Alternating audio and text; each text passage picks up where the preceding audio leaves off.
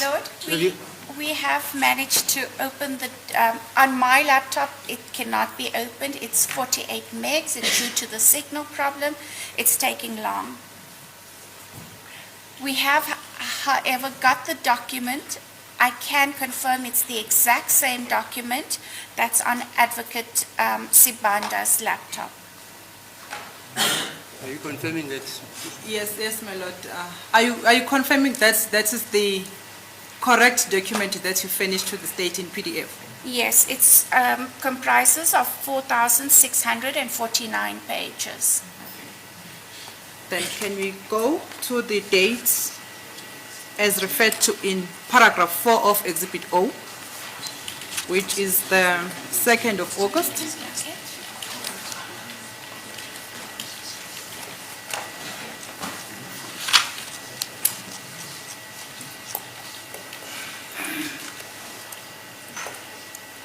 I am scrolling down to the relevant information.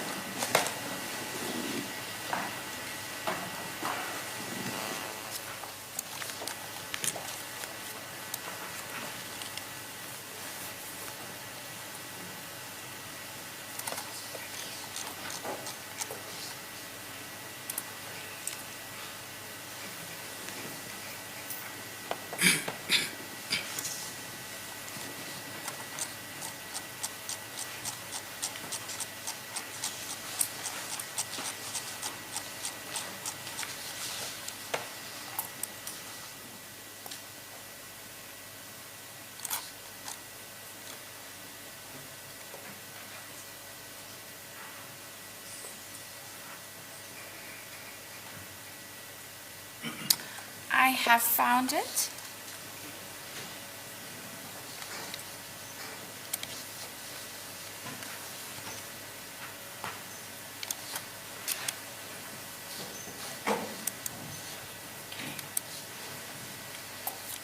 This is the entry.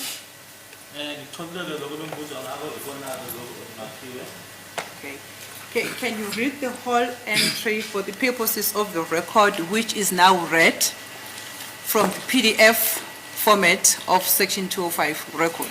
Sure.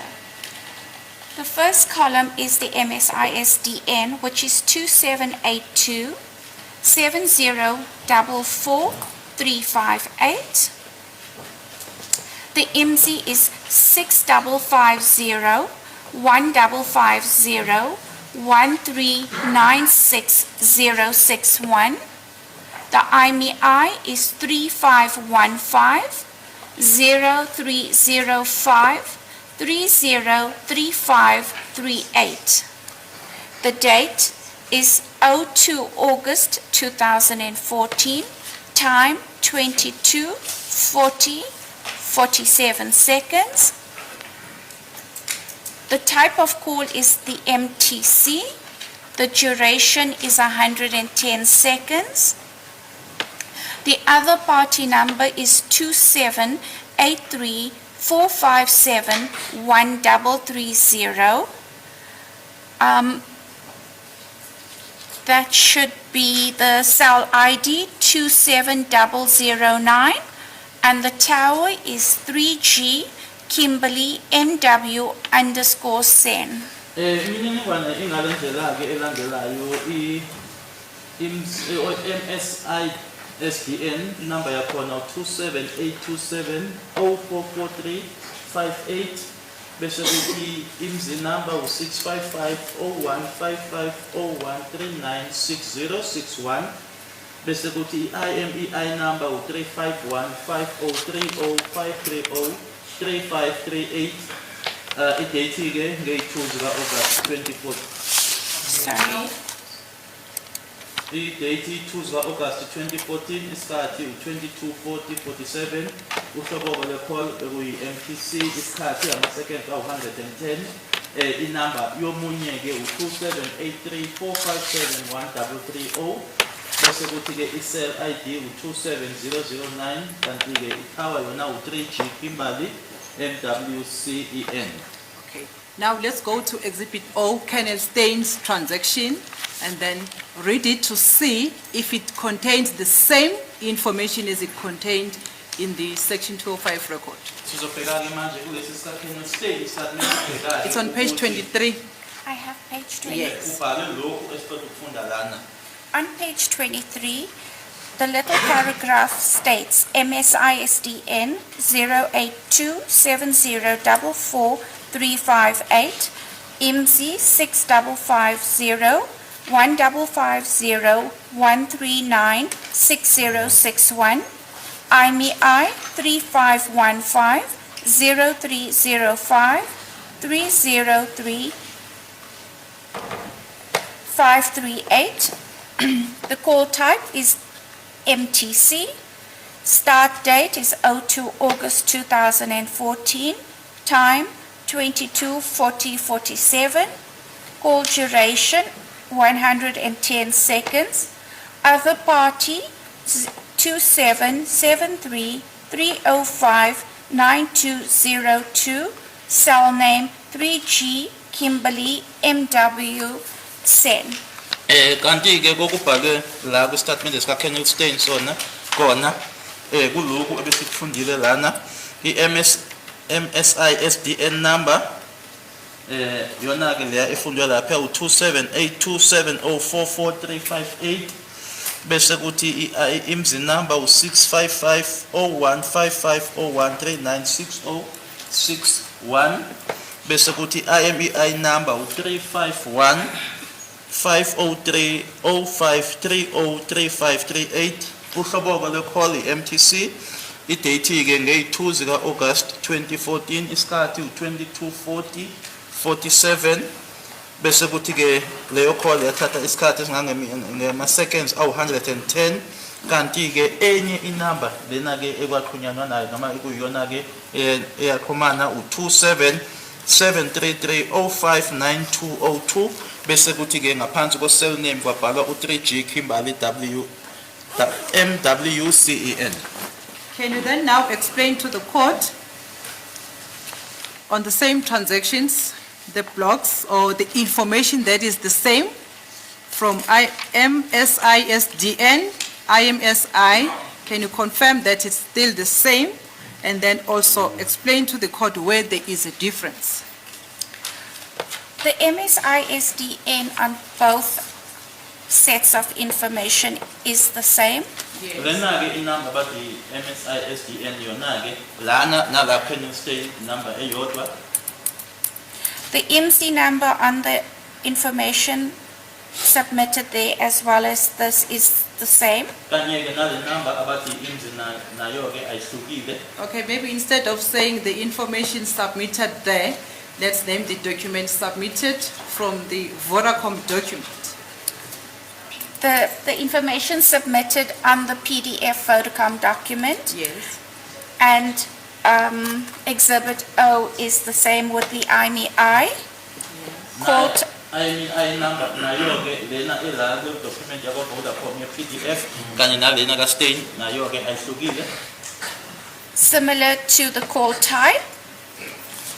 Kanye ke nohlobo ke leyana ke le call ukuthi bekuyihlobo inhlobo enjani ye call Start date and time, kanye futhi ke ne date kanye nesikhathi a call duration, nokuthi ke leyo call leyo yathatha isikhathi esingakanani and cell name. kanye ke nangaphansi ko cell name noma la kubhalwe khona ke cell name. The difference between the Vodacom PDF data and Exhibit O is the other party number. Umehluko ke phakathi kwale eVodacom ePDF kanye ke nalena Exhibit O ila kubhalwe khona ke other party noma inamba yomunye. And what is the number that differs? The number that differs is 2773-305-9202. Inamba ke ehlukile lana ile eku 27733059202. Yes. Then the one that is contained in the Vodacom PDF document? The one reflecting on Vodacom's document is 2783-457-1330. Kanti ke ebonakalayo lana ke ku Vodacom PDF u 834571330. Okay. Let's go to the second entry for the 15th of October.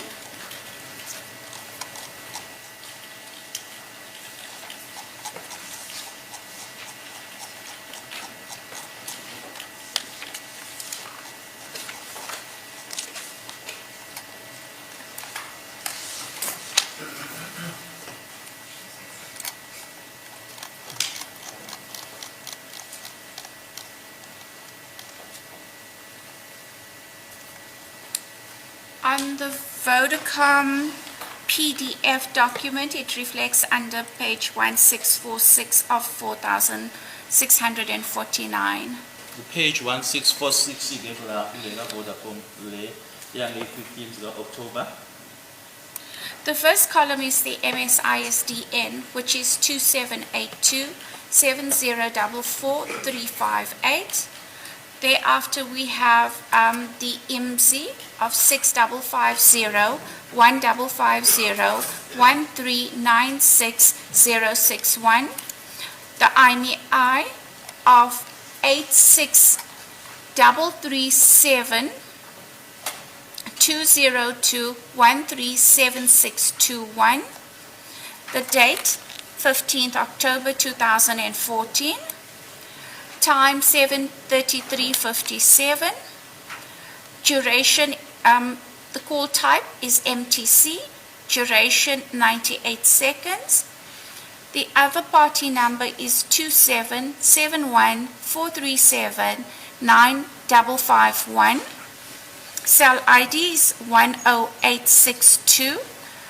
Cell name is 2G Ivydale _farm _lim, LIM. Lana ke ku Vodacom kulena ke ye PDF I MSI SDN number yakhona u27827044358 bese kuthi IMSI number IMSI number u6550155013966061 bese kuthi IMEI number u8633720213761 ilanga ke langa 15th October 2014 isikhathi 17:33:57 hlobo le MTC isikhathi kwakungama seconds awu98 omunye ke noma inamba ke yomunye kwaku 27714379551.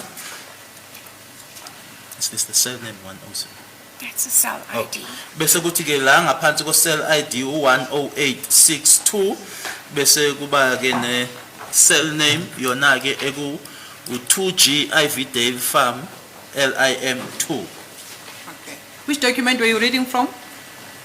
The Vodacom, Vodacom, okay. PDF document. Now let's go to Exhibit O to see if it reads the same information that we have read from the origin, from the PDF. Kata kufunda kuleli ka Vodacom ke le PDF zofunda kule Exhibit O2 manje.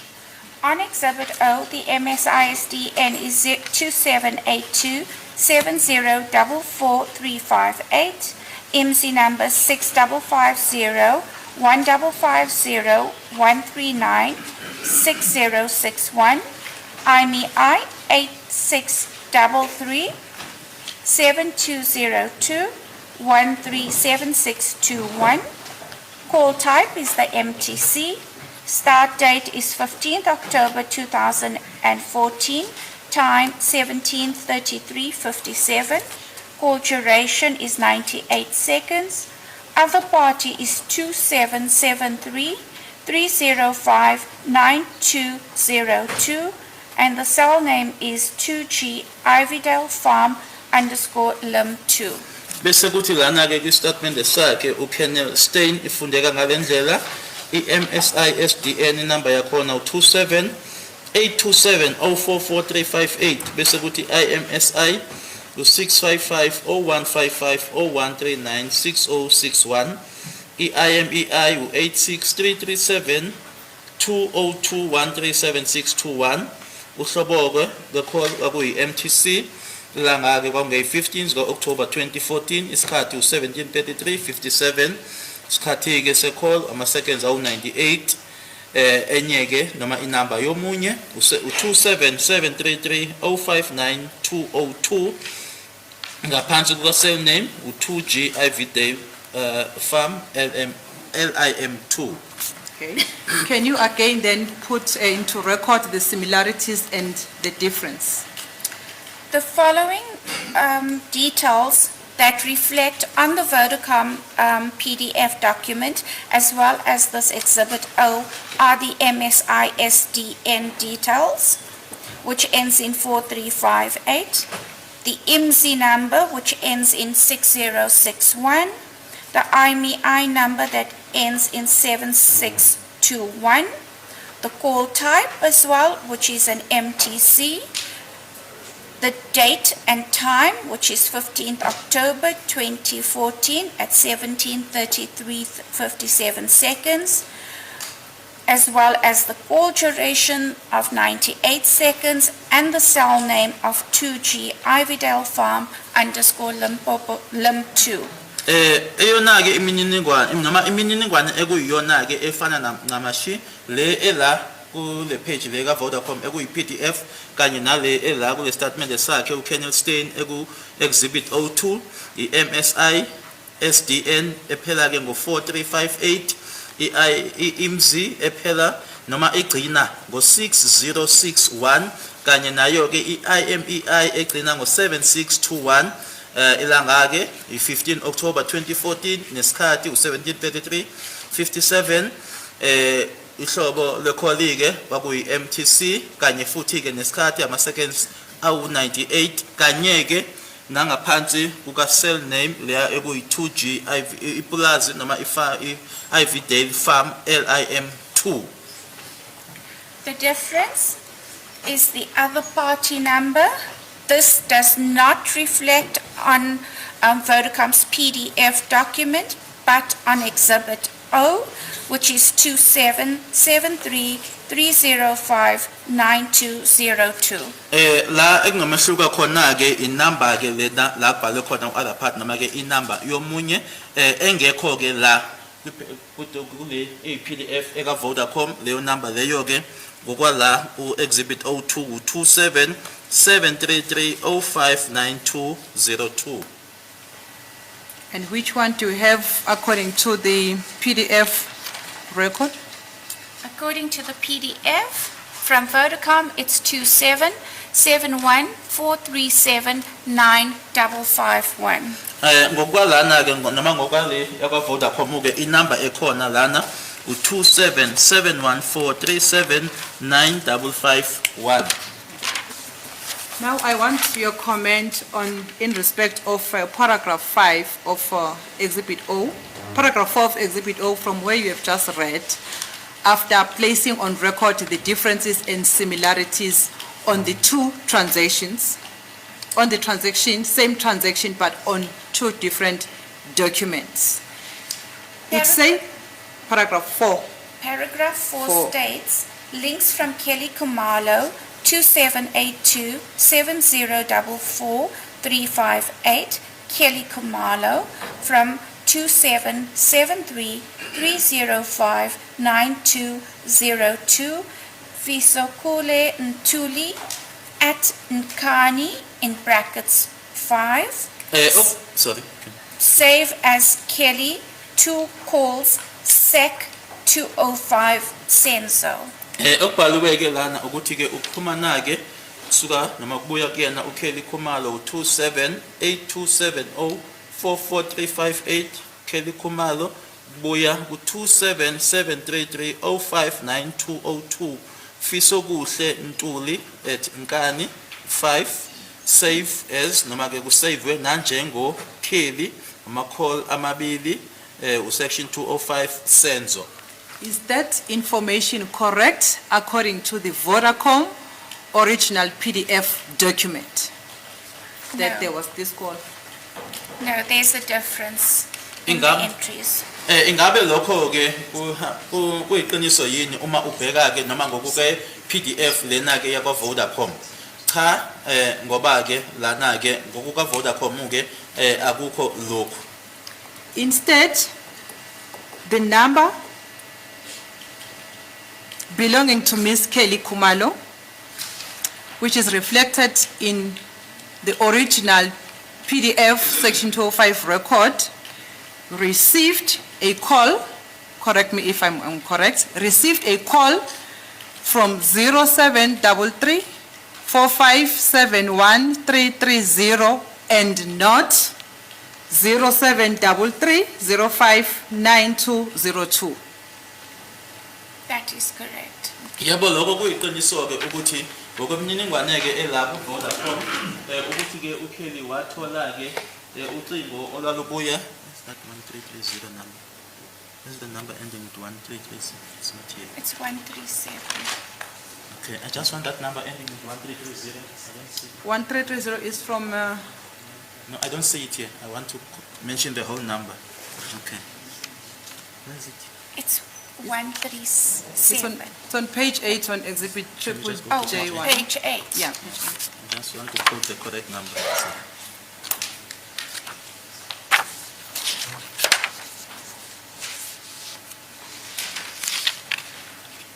So that's the same number there.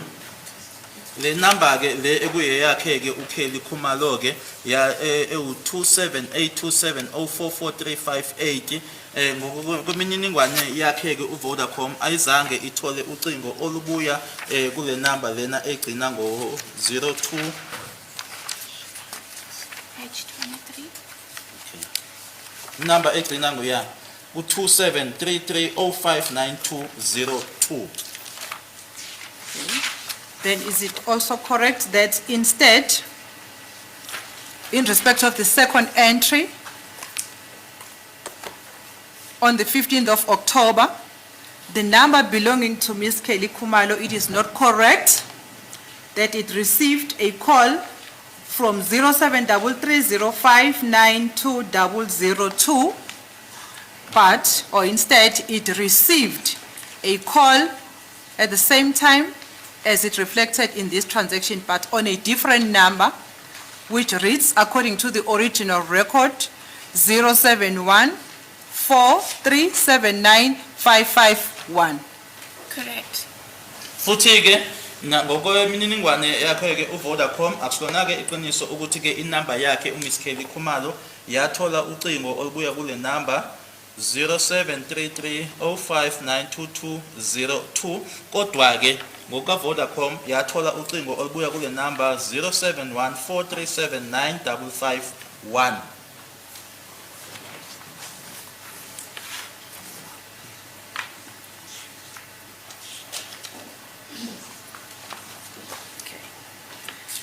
Thank you.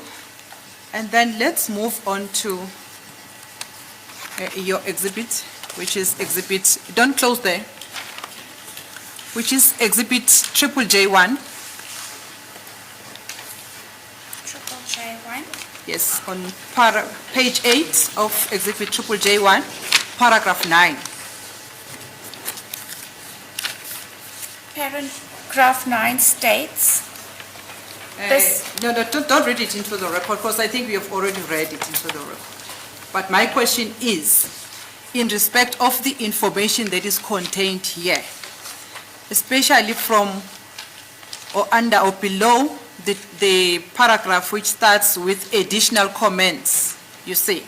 It says the activities below were of focal point, which were extracted from the voluminous data of case ID 550713. Okay? Correct. Make me understand, what is the focal point that we are referring to here? the paragraph before you is basically an extract of the data that I've just read out from the Vodacom PDF document. The reason why it's a focal point is because it differs from what we have on our Vodacom PDF document. Iparagraph le onayo ke ngaphambi kwakho engiqeda ukufunda ke manje ilokhu mina ke engikhiphe noma engithathe la kule mininingwane yethu ka Vodacom futhi ekubangela kubhalwe ke focal point noma ukuthi ke iloko okubhekiwe noma okugxilwe kona ukuthi ke kona ke kuyehluka naloko thina esinako siwu Vodacom. To what was raised, How did you know that it differed? it was raised with me. That is why it is on the statement. Kungoba ke into leyo ke eveziwe ke kumina ke ingakho kukhona ku statement. It was raised by who? It was raised by advocates because they had received data or the statement, and I had provided our PDF document, and that's where the difference came in. Ngoba ke kwavezwa ke kumina ubona ke noma ibona ama advocates ngoba ke bebese besitholile ke bona ke lokhu okuyi PDF. When was that information brought to your attention, ma'am? Before I did the statement. Lokho ke kwavezwa ke kumina ke ngaphambi kokuthi ke ngenze istatement lesi. And when did you make the statement? I can't see the date, but it was commissioned round about the 16th of May. So it could be around that date. Kusikhathi ke sange 16 zika May ke ngoba ke idate yona angiyiboni ukuthi istatement lesi ngasenza nini. You know, unfortunately, we need to get this information correct. We need to get this information correct if you can, because there is a discrepancy here, and then we want to know how come you just extracted out of this voluminous document these two paragraphs. You know, if you can just check the date for me as to when, because I don't see the section 205 subpoena requesting you to do this analysis. You understand where I'm coming from? Yes. Unless if you have received, you have document, you can bring it to my attention. No, I don't have any documents. So basically what had happened was that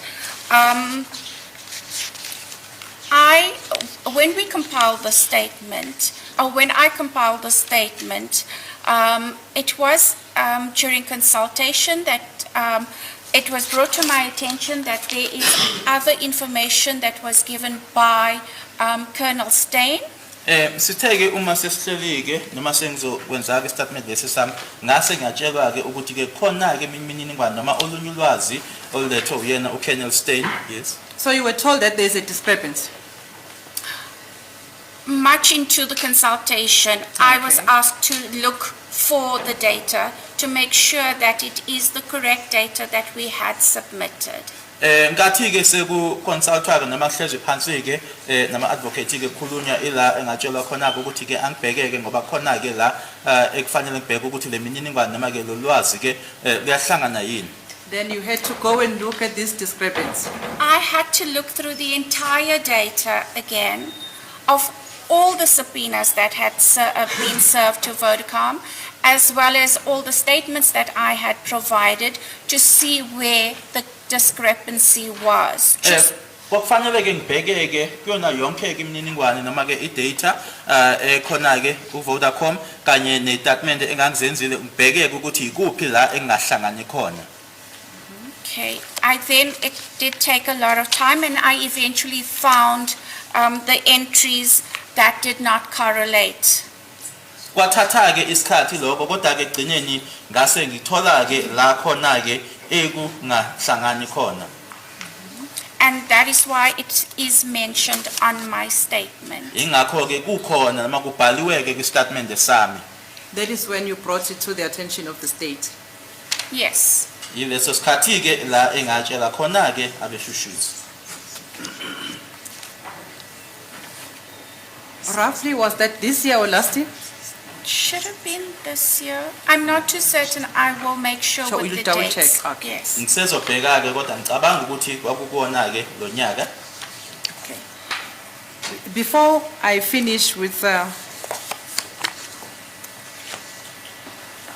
line of questions in respect of these two transactions which took place on the 2nd of August as well as on the 5th of October, I just also want you to comment on the content of your statement, which is contained in Exhibit JJ1 on page 9, paragraph 13. Yes. I can confirm that. Okay, can you just read that into the record? Paragraph 13. Paragraph 13 states, call data generated, stored, and communicated by the computer system cannot be altered, manipulated, or tampered with by anyone while on the computer system. The manner in which the integrity of the call data is maintained is therefore reliable as contemplated in Section 15 in brackets 3 of the Act. Imininingwane ke yama calls noma ke yokuxhumana egciniwe kanye futhi ke nendlulisiwe noma ke yona ke leyo ekwi-computer akwazeki ke ukuthi ke ingashintshwa noma kube khona ke okwenziwa noma ubani ngalesikhathi ke ikuyona ke i-computer noma leyo mininingwane igciniwe kwi-computer kanye futhi ke nendlela ke imininingwane leyo ke ethi igcinwe ngayo futhi ke iyahambisa noma ke iyona ke ethembekile futhi nanjengoba ke ngaphansi komthetho section 15(3) usho kanjalo noma uyibeka. So in light of the discrepancies that we have brought to the attention of the court, do you see now that there has been a tampering in the original document of the Vodacom that you furnished to the state? Because the information is not the same. It may be a tampering, it may be a change, it may be a format, maybe you can explain. But the point I'm trying to is that can you see now that there is a change on the same transaction from the document that you furnished the state and the document that is contained in Exhibit O? I can confirm that there is information that does not correlate. Correlates. Mengakusho mina ke ukuthi ke yebo ke khona ulwazi ke noma ikhona ke information engahlangani. So it means that document is capable of being changed, of being tampered with, now that we have a document which has been produced from this document.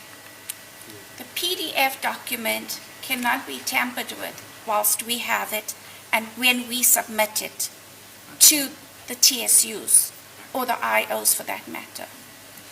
Lama documents abizwa ngokuthi ke awuhlobo lwe-PDF kathi ke esekuthina ke nangesikhathi futhi siwandlulisela ke kona ke ama TSU kanye futhi ke nabaphenyi noma ke abaseshi becala ke akukho nje ukuthi ke angashintshwa. So after you have finished it, it's capable, it's possible that it can be tampered with. I'm not sure who can do what with the document. Kodwa ke uma ngabaseni wandlulisile ke nina ke kusho ukuthi ke khona ke ongakwazi ukuthi mhlambe ashintshe noma bekhona kwenzayo angazi ke uma asengake engekho kuthina ke ukuthi ubani ongenzani kuona. Okay. What do you say about the integrity of the call data information of someone's information that is contained in Vodacom? I'm still in paragraph 13. You said from that sentence which says the manner in which the integrity of the call data is maintained and therefore reliable as contemplated in section 153 subsection 3 of the Act. Now that we know that there has been a tampering in respect of the call data information in Ms.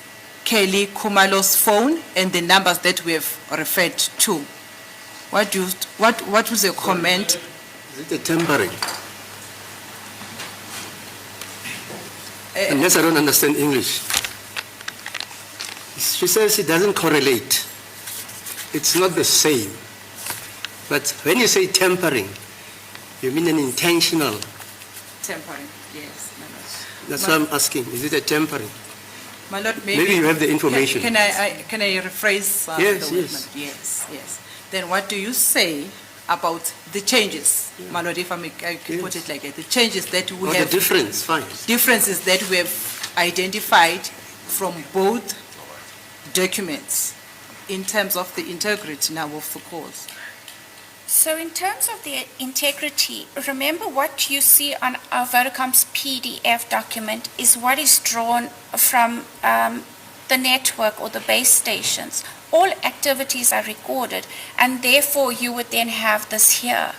In Lokho kubonayo lana le mininingwane elana-ke iphepha leli lakwa-Vodacom yilokho-ke okwenzekayo-ke asithi-ke kuloyo umakhalekhukhwini noma-ke idonsa kuyona-ke isiteshi leso noma-ke lokhu la imininingwane yefoni-ke noma yomakhalekhukhwini iba khona-ke kube yilokhu okubonayo. Proceed, sorry. In terms of anything being changed, altered, that is done on other applications as we've seen with the Excel information. Ukuthi-ke manje kube noshintsho-ke noma kwenziwe okunye-ke nanjengoba bese sibonile-ke lana sikhulumile-ke nanjengoba kuthi lena kuyi-PDF kukhona-ke okunye lokho ekubizwa ngokuthi i-Excel kwenziwa noma kwenzeka khona lapho ku-Excel. So we have an audit trail on NEMO, which is done on a regular basis by the Risk Management Department. So nothing untoward can be done with this information while it's on the systems and while it's in the possession of the Vodacom LEA personnel. Futhi-ke kunala khona-ke ekubhekwa khona-ke indlela yokusebenza noma-ke indlela-ke yokuthi-ke akukho yini okwenziwayo-ke noma okwenzekile bekungafanele ukuthi kwenzeke-ke lokho okubizwa ngokuthi-ke i-risk management. Manje-ke uma lokhu kusengaphansi kwakhe-ke uVodacom noma labo abasebenzela uVodacom akukho okungenziwa khona kuyona le mininingwane. As indicated or stated on Wednesday, once it leaves Vodacom, we cannot tell what happens with this data. Nanjengoba ngishilo-ke ngolesithathu uma-ke manje-ke lo mininingwane lena isiphuma-ke manje-ke noma iphuma-ke isuka ezandleni zika-Vodacom angeke sisho-ke ukuthi sekwenzekani. Now, thank you very much. I think we have explained the discrepancies on the two documents. Can we now move on to Exhibit DD5, my lord, which is the statement of Lieutenant Colonel Halls.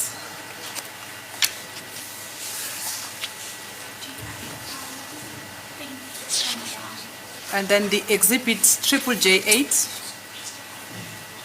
and its extracts.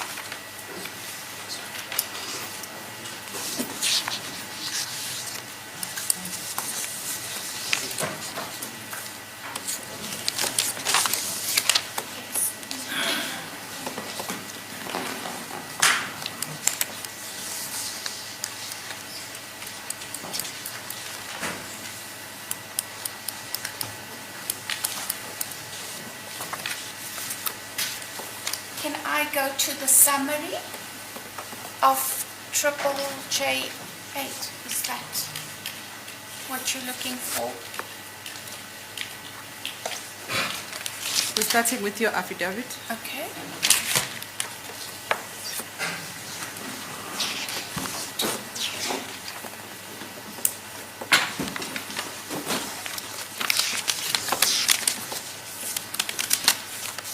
Got the affidavit? Yes, okay. Let's mention the number that you were requested to do a call data from. Okay. On my I statement. understand this is your affidavit. Correct. Yes, J in brackets 8. in brackets 8, yes. Paragraph 7, I think that's where in you were, the request is. Yes. Yes. The numbers are as follows. 2771 302 9173, 2771 595 1239, 2772 399 5787. Thereafter, it's 2776 642 7007. Lastly, 2782 585 9759. Wona-ke lama number-ke lana alandelayo awu 27713 029173, u-27715 951239, 27723 995787, no-2776 6427007, 2782585979. Okay, what were you requested to do with these numbers? This information requested RICA information and handset profiles. Lana ke bekufunwa ke imininingwane ye-RICA kanye futhi ke ne-profile ke ya umakhalekhukhwini uqobo. Okay, were you able to do that? Yes. Yes, can you then quickly take us through the RICA information? We have already placed the content of the extracts of exhibit J8, but I just want to go straight to the owners of these numbers. So, due to this exhibit being a comprising of 285 pages, I was then requested to summarize the information. Here you would then see the summary of the RICA information on your screen. Is there a specific time period that you want me to read out each number, or all of the owners or the persons that it was RICA to? Maybe just read the first number and the RICA start date. Sure. So the first number is 07 or 2771-595-1239. The start date is 16/08/2009. The end date is 15th October 2014. Inamba yokuqala ke lana esikhuluma ngayo u277159511239 ukuthi ke i-date eyaqala ngayo ke ukuthi ke i-request kwakuyi 16/08/2009 yagcina ke 15/10/2014. Okay, then on the same number, sorry, did I disturb you? No, go Okay. ahead.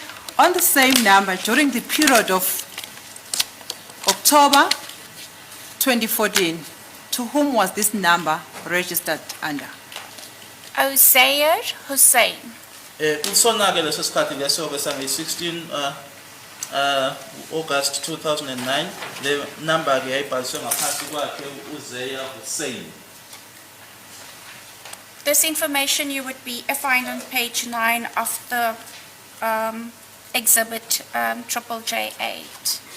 Yona ke lemininingwane noma lo lwazi lolu ke uzoluthola ke kuyena ke page 9 ka exhibit J8. The reason why I'm asking you to place this information on the record is because of the information which is contained on paragraph 15.2.1 of Stain's statement, which is exhibit DDB, my lord, paragraph 15.2.1.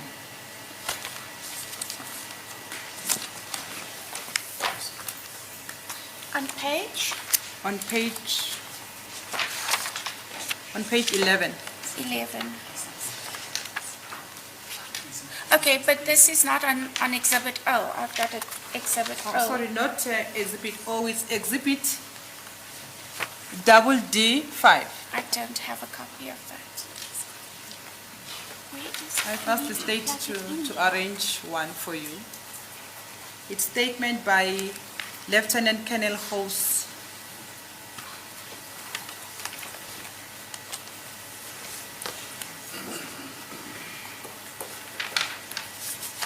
My apologies, page again?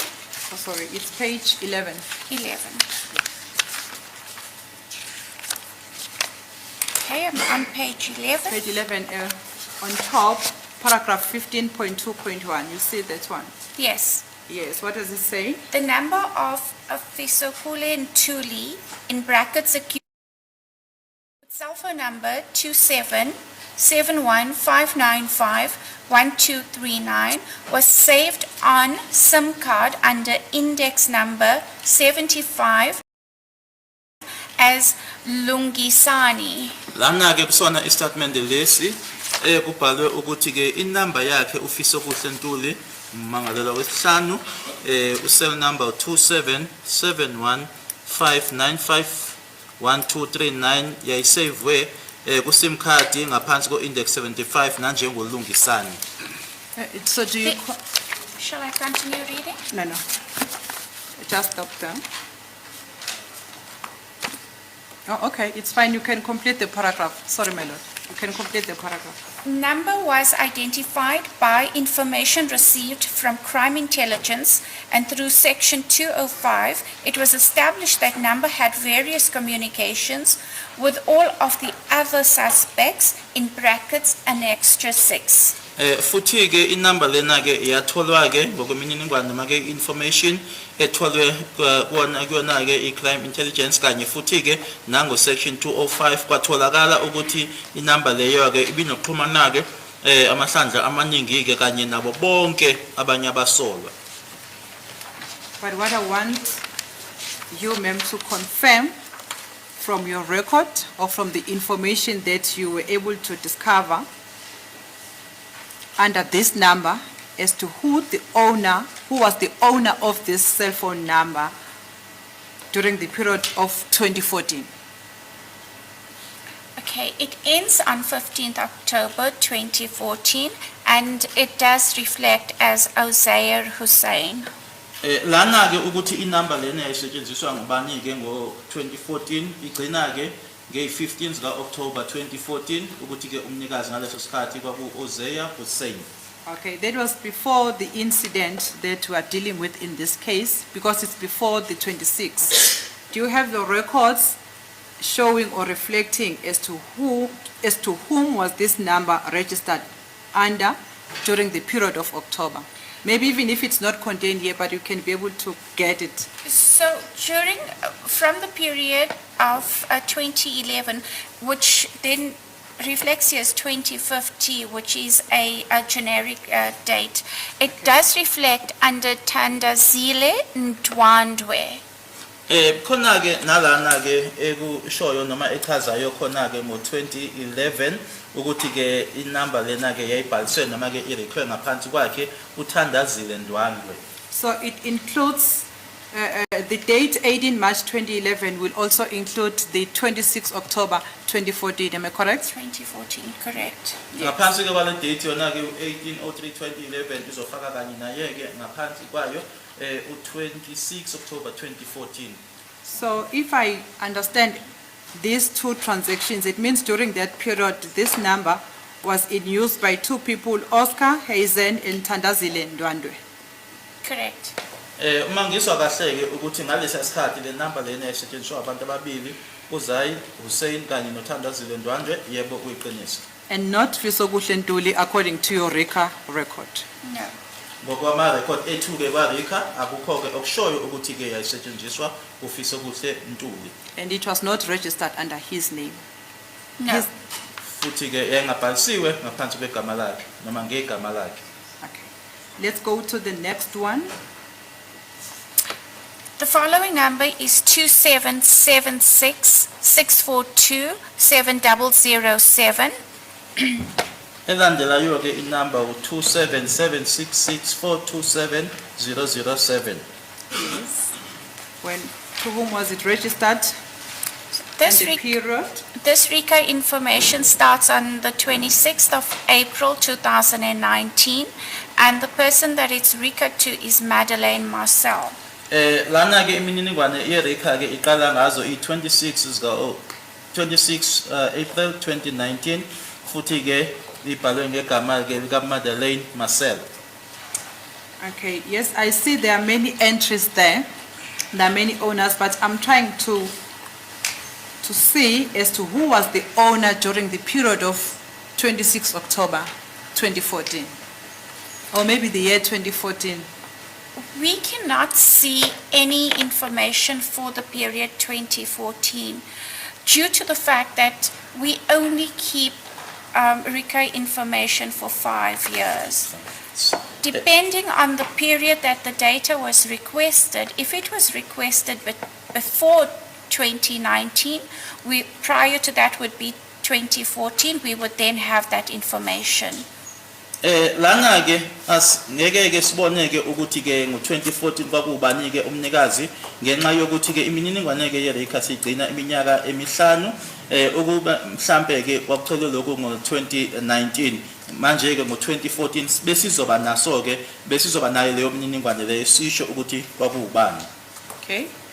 Thank you, ma'am, for that information. Let's move on to the following number on the same exhibit. The following number is 2772 399 5787.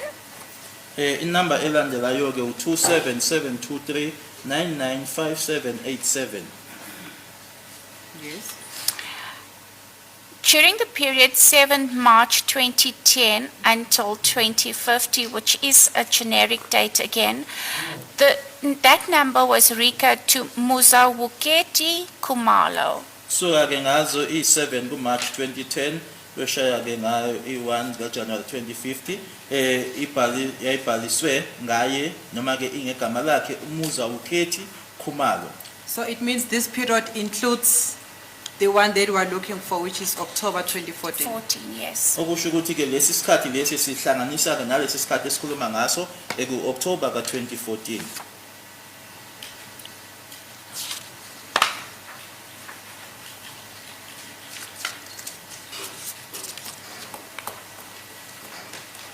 Okay, let's move on to the next number. The next number is 2782 585 9759. Yona ke number elandelayo ke u278258599759. This RICA information starts from 16th May 2090 and ends on the generic date of 2050. Qala ke ngazo i16 ku May 2019 bisiyogcina ke ngazo i1 ku January 2050. Okay, do we have the period of 2014, October 2014 per se? No, we don't have that period here. Lana ke asinaso lesi sikhathi ke sika October 2014.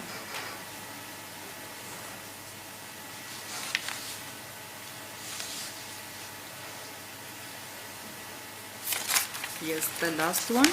Lastly, we have 2771 302 9173. Okugcina ke sino 27713029173. That, the first row does not have any information. The RICA information starts from the 22nd of July 2010 and ends at the generic date. Eqaleni ke asinamininingwane esinayo bese kuthi ke le mininingwane yeReka iqala ngazo i22 zika July ngo2010 bese iyogcina ke nayo u2050. And that is registered to Pumlani Mshali. Ibhalwe ke noma ibhaliswe ngoPhumlani Mtshali.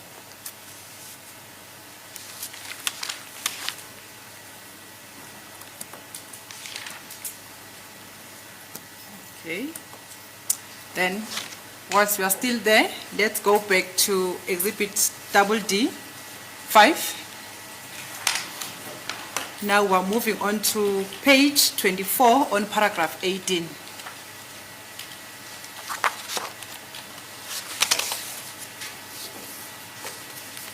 Page 24, paragraph 18 states.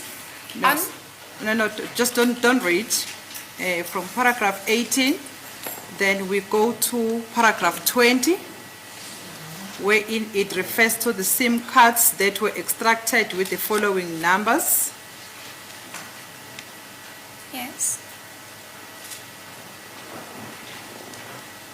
Okay, maybe can you read paragraph 19?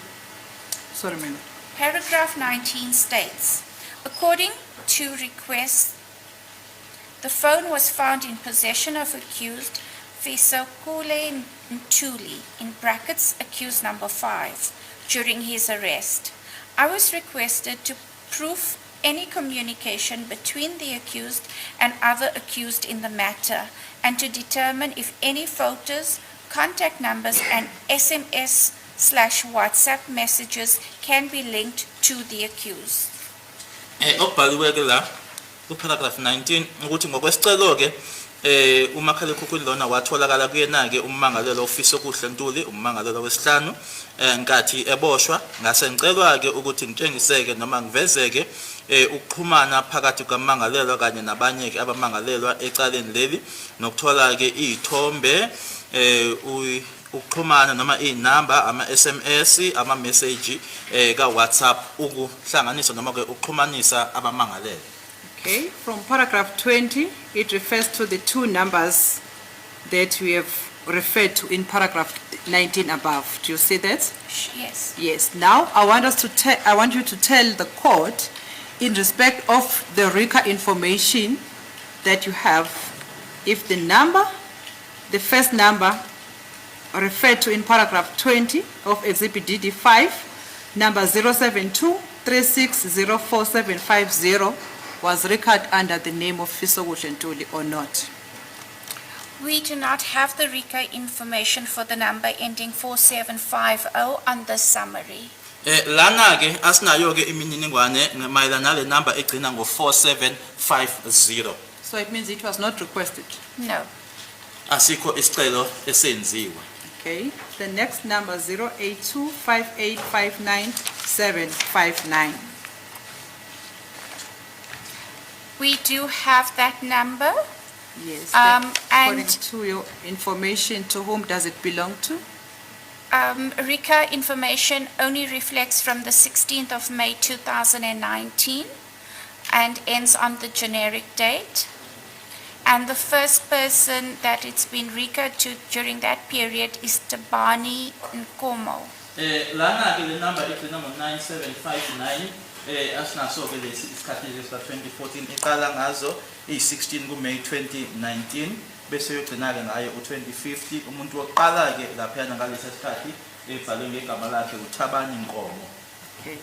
And then also further, let's go to paragraph 22.1 of Colonel Hall's statement.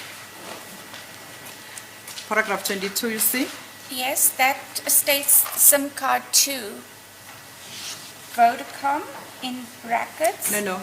That's paragraph 21, paragraph 22. Let's go on page 25. Paragraph 22.1.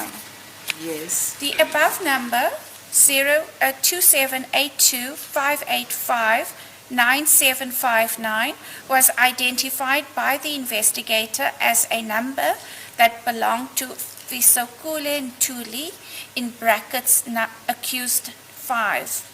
Number was saved under the phone book of Ntokozizi Zipozonke Mapisa in brackets accused 4 and section 5 in brackets annexure 11.